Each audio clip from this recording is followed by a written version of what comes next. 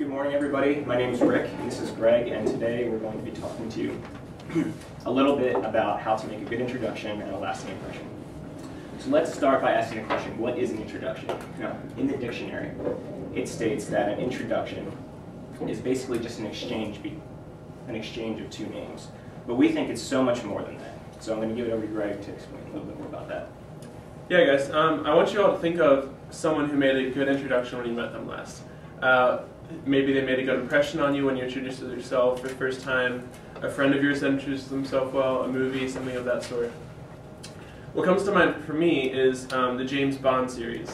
I'm sure many of you have seen the movies, but I think it's fascinating that the movies have changed over the decades. There's been several different actors, they've changed the location, the plot line, but his greeting, his introduction has remained consistent.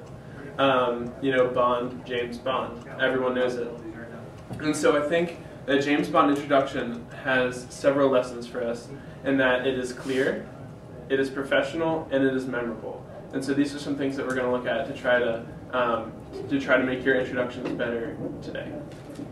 So just to recap, a few things that make a good introduction are representing yourself well, establishing your brand with the person you're being introduced to, and making that connection. Now we're just going to talk a little bit about some points that might ruin your introduction. The first one is stammering, murmuring, or speaking unclearly. This is just unprofessional. The second one is not making eye contact with the person you're being introduced to, and this can come across as being insincere. And lastly, you don't want to come across as disinterested or self-centered, because this is just rude and unprofessional. So all these things are extremely unprofessional, and that's something you don't want to go for. For example. Hi, my name is Greg Baumann. Hey, it's great to meet you. What's your name? Rick and stuff. Oh, it's good to meet you.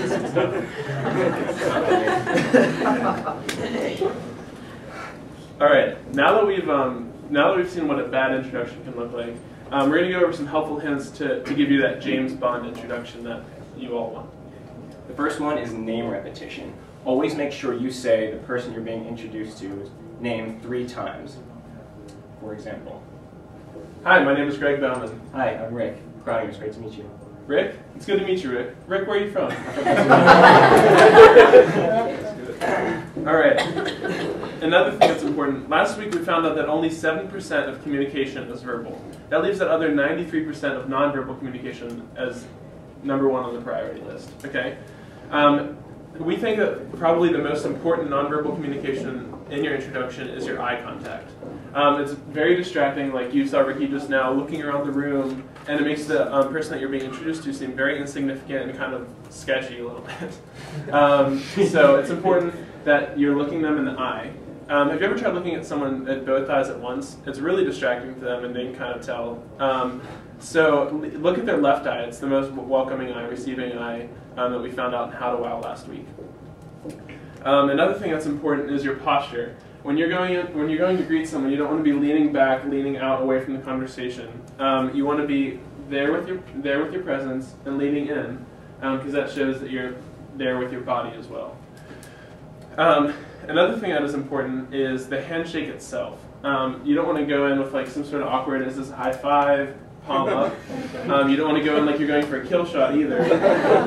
So instead you just want to have your hands straight out and then go web to web with them and then have like 3 solid pumps, okay?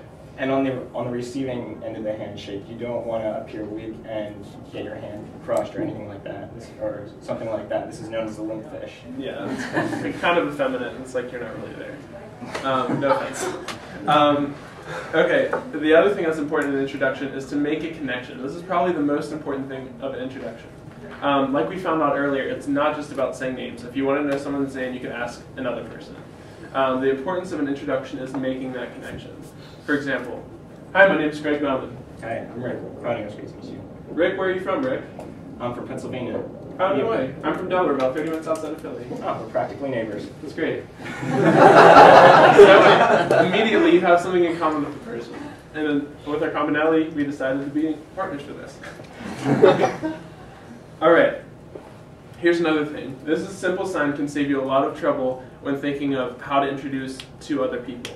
The best way to do it is to introduce the lesser person or the younger person to the greater person, and the greater person to the lesser person. And so we thought of this with like a diamond, right? So you have like the lesser person to the greater, and the greater to the lesser. So to help us out, we have renowned psychologist Dr. Dan Kim in the house. And so I'd like to bring him up for an example.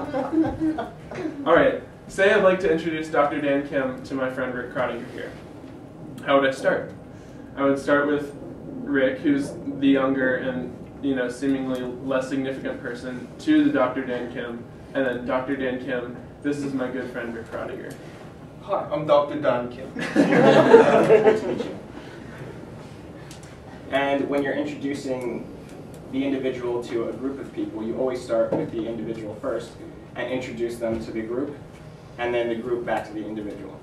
For instance, Dr. Daniel Kim, this is Professor Brenberg's Business Communications class. Class, this is Dr. Daniel Kim. Hello. All right, so these are just some helpful hints that we've compiled for your introduction to make it a success. We don't want you to be the murmuring, stammering, eye contactless person in your first introduction.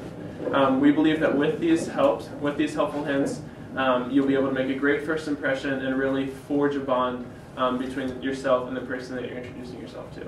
And now we're going to take this time for any questions that you might have, and we hope that this was informational.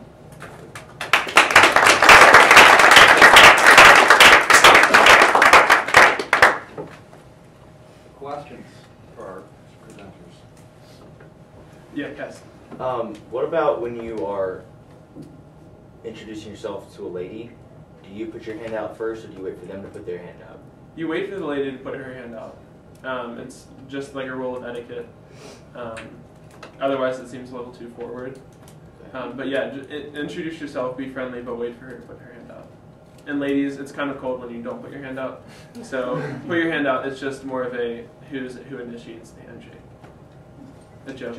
I actually have been curious about this. What if you're with someone you work with, and you're going to meet another person who's not necessarily a superior, maybe just another person that you haven't met yet, and you've heard them referred both ways as Mr. or Mrs. and first name. If you're the same age, roughly same level of position, should you always go with the Mr. or Mrs. just to be safe? Yes, always go with the title, and then always do the full name too. Notice we introduced him as Dr. Dan Kim. It's not Dr. Kim, and it's not Dan Kim. And it's usually only with a title like doctor if you have an MD. So, if you're a JD or any other suffix or prefix before, you don't usually do that. It's only when you're a doctor. Any other questions? Just on the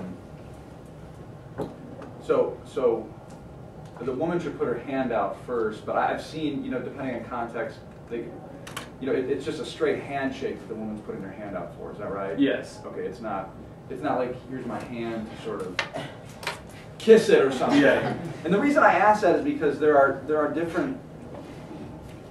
I'm a Midwestern guy, so we don't do a lot of the embracing and kissing each other's cheeks when we see each other. But in other cultures, that's very, very important.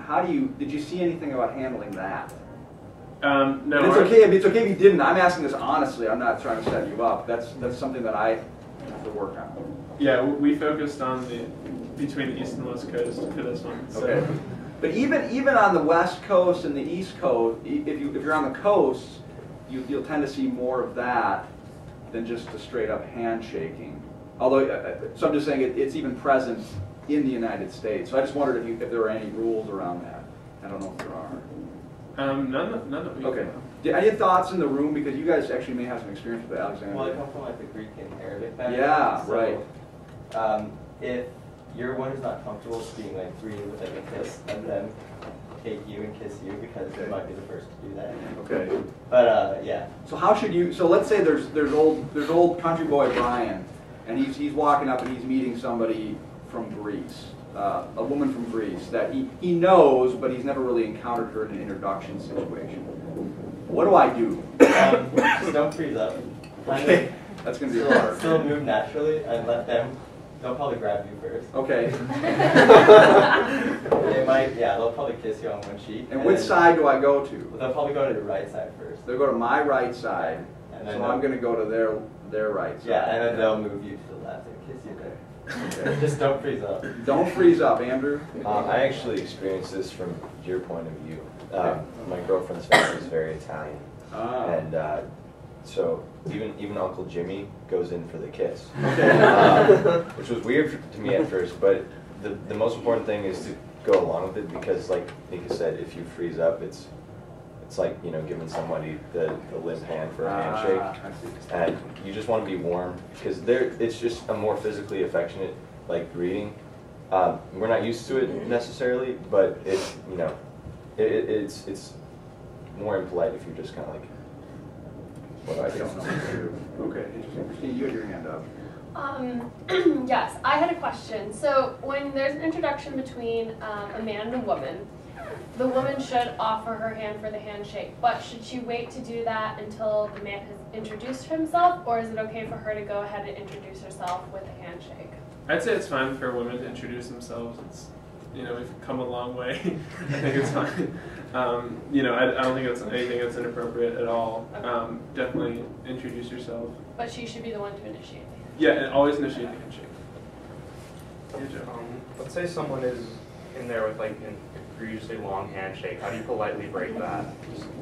You want to slow it down. Yeah. So when they're shaking it, it's like starting a chainsaw or something. You just want to slow it down, maybe get down and stop, and then pull. But again, it's about making the other person comfortable and feeling welcome. I've definitely met people, especially this is another overseas thing. When I was in Africa last time, they like hold like the hand, like physically touching someone is your way of like saying we're having a conversation right now. So this is something you might encounter if you go overseas, is like talk to someone. And I actually know people like back home that'll do that too, that if you're just talking with them, you kind of like are shaking hands at the same time. So I mean, that's something you'll encounter. It's not that weird. Liz, go ahead. I have a question about like temperature of hands. So if you were just out in the cold and your hands are really cold, or you just used the bathroom and your hands are wet, how do you, like I've had people, like they're apologizing for it, or is it appropriate to apologize? Oh, I'm sorry, I just came from outside, I apologize, my hand is cold. Or what's the proper way to, should you just ignore it and hope they don't notice, or pass it? I think you should always shake their hand whether you apologize or not. Make sure your hand's not wet when you drive off when you're going out of the bathroom. And if it's cold outside, everybody's probably going to know that you just came from outside, so they'll be completely fine with it. Mm-hmm. Do we ever make a note of that, or you just kind of ignore the whole? Well, it's appropriate to make a note of it. It's not appropriate to be like egregiously apologizing for it. Oh, I'm so sorry. My hands are so cold. It's freezing outside. You have no idea. Like I just came. I ran 3 blocks to get here. Just say, oh, I'm sorry. My hands are cold. It's good to meet you. Good. Okay, thanks guys. Another round of applause for these guys.